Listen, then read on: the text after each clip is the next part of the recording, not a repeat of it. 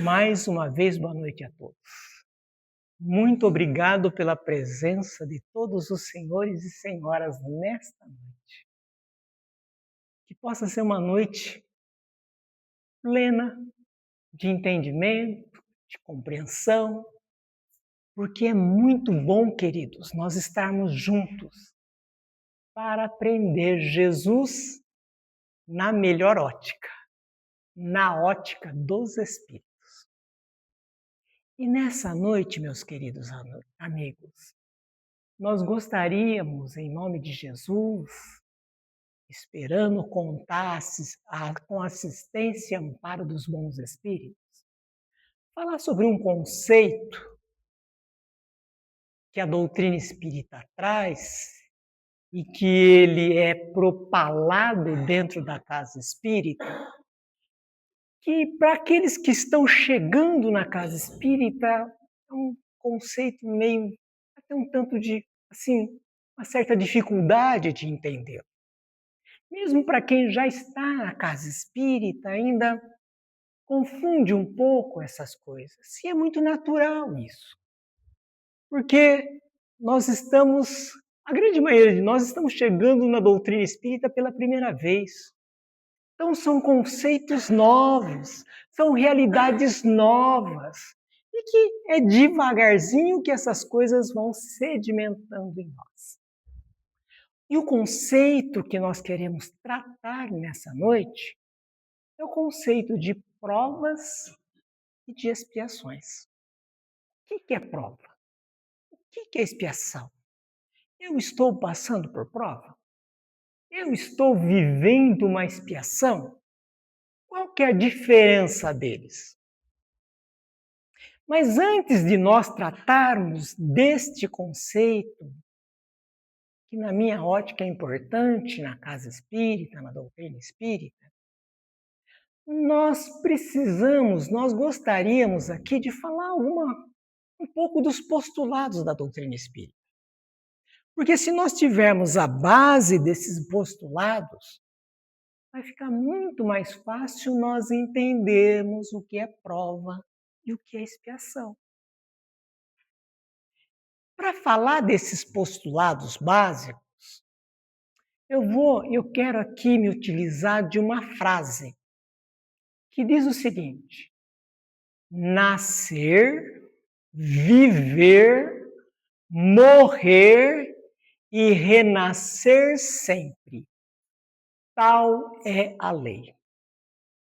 Essa frase, que tem um conteúdo bastante profundo, ela foi dita por Allan Kardec.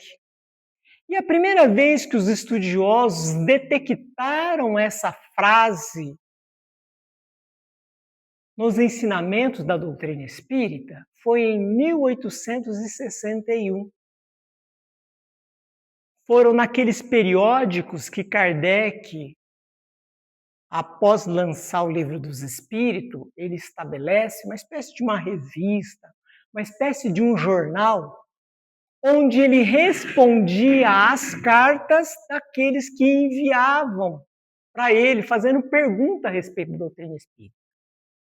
E ele aproveitava esse periódico mensal para também continuar elaborando os aspectos doutrinários da doutrina espírita. A Revista Espírita, à época, ela foi um laboratório, por exemplo, na vinda do Livro dos Médiuns, do Evangelho segundo o Espiritismo. Foi um laboratório para a Gênesis. Então, toda a codificação kardeciana acabou tendo a sua preparação juntamente com as respostas que ele respondia das cartas da Revista Espírita. E no ano de 1861, foi a primeira vez que detectaram essa frase: nascer, viver, morrer e renascer sempre. Tal é a lei. Como eu dizia, essa frase ela tem um sentido profundo. E eu quero falar um pouquinho, naquilo que nos for permitido, desse sentido profundo.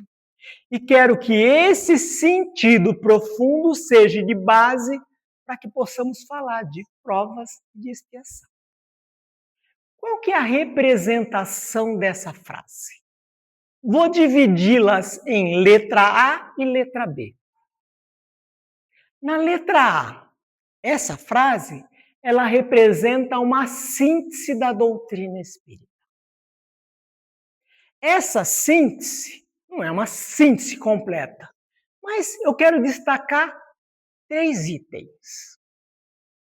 Então, o primeiro item dessa síntese. A frase representa o ciclo da vida. Nascer, viver, morrer e renascer sempre. É um ciclo. É um ciclo que cada um de nós está passando, já passou e vai passar. Mas será que é só a gente que está passando por ciclos? Se nós pegarmos uma semente, lançar essa semente na terra, no devido tempo, ela vai germinar, crescer, florir e frutificar. E vamos ter a semente de volta. Veja, é um ciclo. Se nós olharmos para a água nas nascentes, a água nos rios, a água nos oceanos, o que acontece com a água? Está no estado líquido, mas ela evapora, condensa e volta a cair como líquido. É um ciclo. Mas vamos apontar mais outros ciclos que estão nos envolvendo, que muitas vezes a gente não se dá conta? Naquilo que nós chamamos de tempo, no período de 24 horas. O que acontece com o nosso planeta? Ele dá uma volta em torno do seu próprio eixo, estabelecendo aquilo que nós chamamos de dia. E esse dia tem o nascer, o amanhecer, tem o entardecer, tem o anoitecer. É um ciclo. Se nós pensarmos numa coisa mais extensa, 365 dias ou 366 dias, dependendo do ano, o que nós temos? O planeta dando volta em torno dele e dando volta em torno do Sol. Um ano. É um ciclo. Então, se nós pararmos para pensar na vida, nós estamos vivendo ciclos. Ciclos que contêm outros ciclos. E, queridos, existem ciclos muito maiores. Por exemplo, existe um ciclo planetário. Existe o ciclo de um sistema solar. Existe o ciclo de uma galáxia. E isso vai milhares e milhares e milhares de anos. Se nós pararmos e olharmos o nosso planeta, nós estamos findando um ciclo. Segundo os postulados da doutrina espírita, nós já tivemos no mundo primitivo. O planeta que nós habitamos já foi primitivo. Hoje se encontra no estado de provas e expiações, saindo para alcançar a regeneração e continuar o seu avanço. São ciclos evolutivos. É por isso que nesse momento que nós vivemos em sociedade planetária, nós vemos uma certa conturbação social, moral, espiritual, onde os valores parece que estão invertidos, estão perdidos. É mudança de ciclo. Isso serve de alerta porque quem não se preparar para esse avanço, para esse salto, vai acontecer como disse Jesus, que vai chegar a hora que vai ser separado o joio do trigo. O trigo vai permanecer no planeta. O joio vai ser levado a outros estados de consciência. É a figura que Jesus nos trouxe falando a respeito desse momento de transição. Então, ciclos é o que nós vivemos. Esse é o primeiro item da síntese da doutrina espírita. Mas o segundo item, ele vem de acordo ao primeiro item. Se existe o nascer, o viver, o morrer e o renascer, sempre é porque tem alguma coisa que não morre aí. Isso aqui morre, mas o que está dentro disso aqui não morre. Ou seja, existe, é verídico, é fato, a imortalidade do espírito. Quando estamos no corpo, alma. Fora do corpo, não estando mais vinculado a um corpo físico, é espírito. Por exemplo, os nossos irmãos que nos atendem na sala através da mediunidade são espíritos. Eu e todos os meus amigos que estão aqui, nós somos almas. Somos espíritos encarnados ou reencarnados. Então, o segundo item dessa realidade, dessa frase, da síntese dessa frase, é essa realidade. A imortalidade do espírito. Porque é esse agente, o espírito, que passa por esses processos, que passa por esses ciclos. Qual seria o terceiro item dessa síntese da doutrina espírita que quero levantar aqui em nome de Jesus?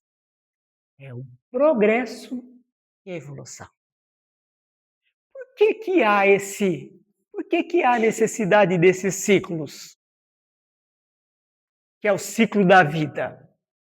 Por que o agente, que é o espírito, se utiliza desses ciclos?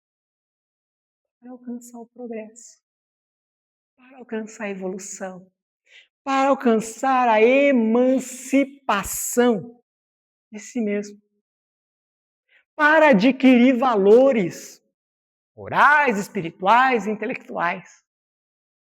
Progresso e evolução é uma determinação divina para todos nós.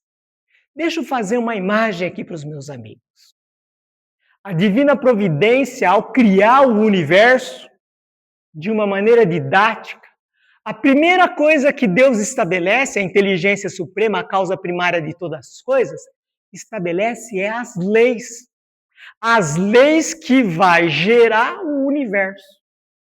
Na sequência, ele cria o princípio espiritual e o princípio material. Depois das leis e dos princípios, ele cria um fluido que vai nos dar a oportunidade do princípio espiritual estar ligado ao princípio material. Isso é uma figura para que a gente possa entender a criação. Então, os ciclos, existe a necessidade deles para que o espírito possa passar por eles para alcançar o progresso e a evolução. Então, essa é a letra A da representação dessa frase. Nascer, viver, morrer e renascer sempre, tal é a lei. Tal é a lei. A letra B é esperanças e consolações contínuas. E o que eu quero dizer com isso? É que não existe o mal. Não existe o sofrimento. Alguém deve estar pensando, Carlos, você está desequilibrado. Existe sim, eu passo por tanta dor, eu passo por tanto sofrimento. Não existe como criação divina, mas existe na nossa falta de conhecimento, de entendimento, de compreensão. Existe pela nossa rebeldia diante da lei, de segui-la. Então somos nós, na nossa imaturidade, na nossa compreensão da vida, que geramos a dor e o sofrimento para nós e para aqueles que estão dentro de nós. Mas todo erro, todo sofrimento, toda dor, existe esperança e existe consolação. Porque o espírito é imortal, ele teve um início e não tem fim. E ele está predestinado ao progresso e evolução. Como nos falava a semana passada, uma das nossas irmãs aqui na frente falando a respeito do progresso. Então, se nós tivéssemos que resumir essa frase, nós diríamos que essa frase ela é uma filosofia ética moral, mostrando que a vida é um processo eterno de aprendizado e transformação. Com isso, queridos, agora fica mais fácil nós pensarmos em provas e expiações. Provas e expiações são conceitos diferentes, mas eles se juntam na edificação espiritual, moral do ser, que somos cada um de nós. Nós necessitamos das provas, nós necessitamos, por não saber viver as provas, das expiações. Então elas acabam se complementando para a edificação do nosso eu interior. O que é prova? Prova, elas são situações escolhidas pelo reencarnante. Tem o caráter de educação e aprendizado. O reencarnante se coloca em algumas situações para, primeiro, testar a sua força moral. Segundo, ter capacidade de resistir às tentações daquilo que ele escolheu. Terceiro, para praticar o bem. Vou dar um exemplo. Vou dar 2 exemplos. Renascendo na miséria. Veja que eu estou falando miséria, não estou falando pobreza. Renascer na miséria. Para testar a sua força moral. Segundo, para ter capacidade de resistir às tentações. E ainda mais, para praticar o bem. Renascer na miséria. Para aprender a ter paciência, resignação e humildade. Renascer com poder. Renascer com poder para testar a sua força moral, para ter capacidade de resistir às tentações. E haja tentações. Terceiro, para praticar o bem. Renascer com autoridade, para aprender a vivenciar a autoridade com justiça e retidão. Isso configuram as provas. Mas e as expiações? As expiações são consequência dos erros do passado. Por não ter usado bem o livre-arbítrio.